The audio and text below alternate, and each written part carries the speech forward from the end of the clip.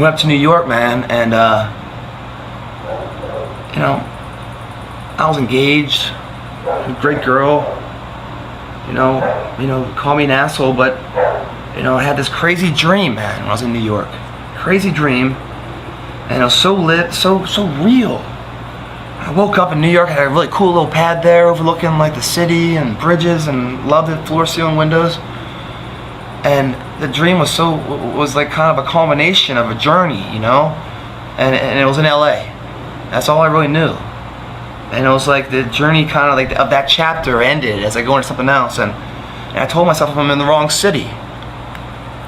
And we had like a gym in the building I was in. I went down there at 5 in the morning, and I got on the treadmill. I started running, and it was all dark outside, so I'm running to like a glass that overlooks the city, but it's all black, so it's like a reflection. And I'm looking at myself running and running and running, and hearing my voice, looking at who I am, and I'm like, I'm in the wrong I gotta go. I gotta go. You know, I was scared if I stayed there any longer. I went upstairs, took some pictures of my room, because I still had a lease. You know, put it on Craigslist, had a guy come over around 11 o'clock that day. He loved it, he wanted it. He's like, when can I move in? I go, 6 o'clock tonight you can move in.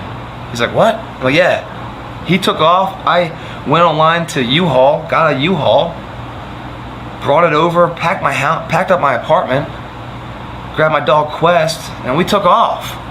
Drove out to LA. I didn't know where I was gonna live, I didn't know anything. I was in that U-Haul for 2 weeks. Then I got an apartment, and my family was like, what the fuck are you doing now? Got an apartment, I got kicked out of that because the dog was barking too much. Got another place, got kicked out of that. Struggling, man. You know, I kept going, believed in it, kept going, kept throwing shit against the wall. Finally found something stuck. Something big stuck. Well, I didn't need to rent anymore. Bought a fucking house. I go try to kick me out of this thing. And since then, it's been more and more things I'm doing. It's been up and down every fucking time, up and down. It's never up and stays. And never up, because I always come back down. You know, I challenge it, I shake it up. I come down, but when I come back up, I go up higher. I got some friends of mine, they're like, man, I can't believe everything you had, everything you succeeded, such a young age and everything else, man, you got it all and everything else. I go, I don't know what the fuck you're looking at, man. You know, I'm proud of what I've done. It's gotten me where I am. But it's not where I want to remain. I got more I want to go. The voice, internal voice I've always listened to, has gotten me to here. It will continue to get me if I listen to it. You know, when they say stay grounded, that's what that is, staying grounded. Not listening to the success.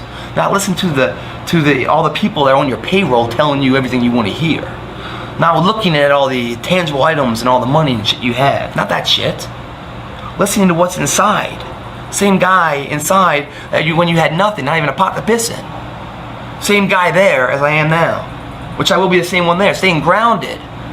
Because that guy got me to this level. And I stay grounded, it'll get me to this level. And it'll keep getting me going. And as I go, it's not about overcoming things and success and everything else. It's about the pursuit. Finding fear chasing, going after these things. If it doesn't work out, no big deal. No big deal. We can redo it again. It's not in life, you don't have one shot at it. And here's a real fucking thing. When you fail, and what you thought was so bright, this is what I wanted to do, and this happened over and over with me. And I went with everything I had, I came up short. I didn't sit back like you did, Joe, go to the mirror and see failure. I saw motivation, I evaluated my failure. Yes, I did not succeed, but I didn't see it as failure. I saw it as learning, a life lesson. What can I pull from this? More often than not, I found out that my direction was a little bit off of what I really wanted. The voice inside. You know, I was in that same direction. I was shooting towards the ballpark. But I wasn't hitting it. It wasn't a bullseye. And it was slightly off. Once I listened to it, listen to this, not everybody else. Reapplied my efforts, success. That's when it gets special, man.